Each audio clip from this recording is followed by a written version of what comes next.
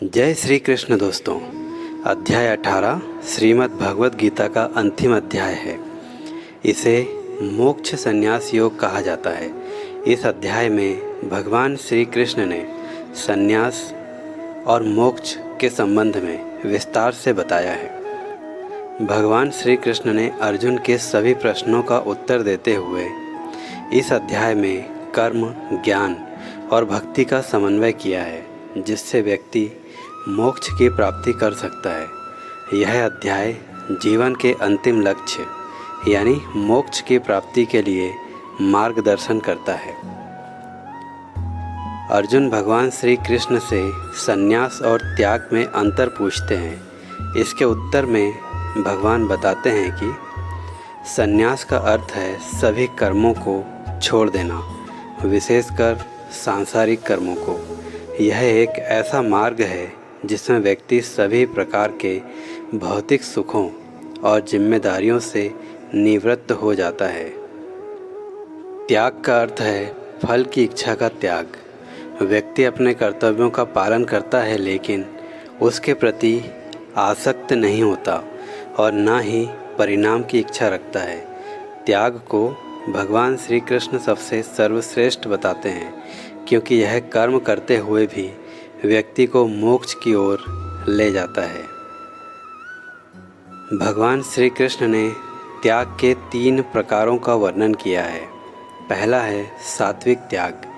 सात्विक त्याग वह है जिसमें व्यक्ति अपना कर्तव्य तो निभाता है, परंतु किसी भी प्रकार के फल की इच्छा नहीं रखता। ऐसे व्यक्ति का त्याग निस्वार्थ होता है और वह पूर्णतः धर्म के अनुसार कर्म करता है। दूसरा है राजसिक त्याग। राजसिक त्याग वह है जिसमें व्यक्ति किसी प्रकार का कष्ट या असुविधा से बचने के लिए कर्म का त्याग करता है। इसमें उसके त्याग के पीछे व्यक्तिगत स्वार्थ छिपा होता है। तीसरा है तामसिक त्याग। तामसिक त्याग वह है जिसमें व्यक्ति अपने कर्तव्य का त्याग अज्ञानता या आलस्य के कारण करता है। ऐसे व्यक्ति का त्याग अनुचित और धर्म के विरुद्ध होता है। भगवान श्री कृष्ण ने कर्म को जीवन का आधार बताया है। वे कहते हैं कि व्यक्ति को उसके स्वभाव के अनुसार कर्म करना चाहिए। सभी के लिए कर्म अनिवार्य है, क्योंकि कर्म के बिना जीवन संभव नहीं है। लेकिन कर्म का त्याग नहीं, बल्कि कर्म की आसक्ति का त्याग महत्वपूर्ण है। कर्म को भगवान ने 3 श्रेणियों में बांटा है। यह भी 3 प्रकार के हैं। पहला है सात्विक कर्म, जो निष्काम भाव से किया जाता है, जिसमें किसी प्रकार की आसक्ति या फल की इच्छा नहीं होती है, वह सात्विक कर्म है। दूसरा राजसिक कर्म, जो व्यक्तिगत इच्छाओं और लाभ के लिए किया जाता है, जिसमें व्यक्ति अपने कर्म के प्रति आसक्त होता है और फल की इच्छा रखता है, वह राजसिक कर्म है। तीसरा है तामसिक कर्म, जो अज्ञानता, आलस्य और बिना सोचे समझे किया जाता है। ऐसा कर्म व्यक्ति को अधोगति की ओर ले जाता है, वह तामसिक कर्म है। आगे भगवान श्री कृष्ण ने सृष्टि के 3 गुणों के बारे में बताया है, सत्व, रजस और तमस। यह 3 गुण है जिनका उल्लेख भगवान श्री कृष्ण ने किया है। ये तीनों गुण व्यक्ति के स्वभाव, कर्म और जीवन की दिशा को निर्धारित करते हैं। पहला है सत्व गुण। यह शुद्धता, ज्ञान और शांति का प्रतीक है। सत्व गुण से युक्त व्यक्ति अपने कर्तव्यों का पालन शांतिपूर्वक करता है और ज्ञान प्राप्त करता है। दूसरा है रजस गुण। यह कर्म, इच्छाओं और संघर्ष का प्रतीक है। रजस गुण से युक्त व्यक्ति अपने कार्यों के परिणामों के प्रति चिंतित रहता है और उसे भोगों की लालसा भी होती है। तीसरा है तमस गुण। यह अज्ञानता, आलस्य और अहंकार का प्रतीक है।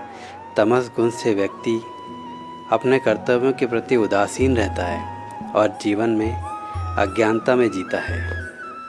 भगवान श्री कृष्ण बताते हैं कि सच्चा संन्यास और त्याग वही है जहाँ व्यक्ति अपने सारे कर्मों को भगवान को अर्पित कर देता है। भगवान की शरण में जाकर मनुष्य जीवन और मृत्यु के चक्र से मुक्त हो सकता है। मोक्ष की प्राप्ति के लिए भगवान की भक्ति, ज्ञान और निष्काम कर्म का संतुलन आवश्यक है। उन्होंने यह भी कहा है कि जो व्यक्ति अपने कर्तव्यों का पालन धर्म के अनुसार करता है, अपने अहंकार, काम, क्रोध और मोह को त्याग देता है, वह मोक्ष प्राप्त कर सकता है। भगवान की भक्ति, प्रेम और श्रद्धा के साथ किया गया कर्म व्यक्ति को जीवन के सभी बंधनों से मुक्त करता है। दोस्तों, श्रीमद् भगवद गीता के 18वें अध्याय का निष्कर्ष यह है कि जीवन में कर्म का त्याग नहीं करना चाहिए, बल्कि फल की आसक्ति का त्याग करना चाहिए। सच्चा संन्यास वही है जिसमें व्यक्ति अपने कर्मों को भगवान को समर्पित कर दे और उनके प्रति निस्वार्थ भाव से कर्तव्यों का पालन करें। मोक्ष की प्राप्ति केवल उन्हीं को होती है जो भक्ति, ज्ञान और कर्म के सही समन्वय से जीवन जीते हैं और भगवान की शरण में रहते हैं। भगवान श्री कृष्ण अंत में अर्जुन को यह समझाते हैं कि धर्म के मार्ग पर चलते हुए, निष्काम कर्म करते हुए व्यक्ति इस संसार के बंधनों से मुक्त होकर परमात्मा में लीन हो सकता है। यह अध्याय हमें जीवन का सबसे महत्वपूर्ण सत्य सिखाता है कि केवल कर्म का त्याग नहीं, बल्कि फल की आसक्ति का त्याग ही मोक्ष का मार्ग है। जय श्री कृष्ण।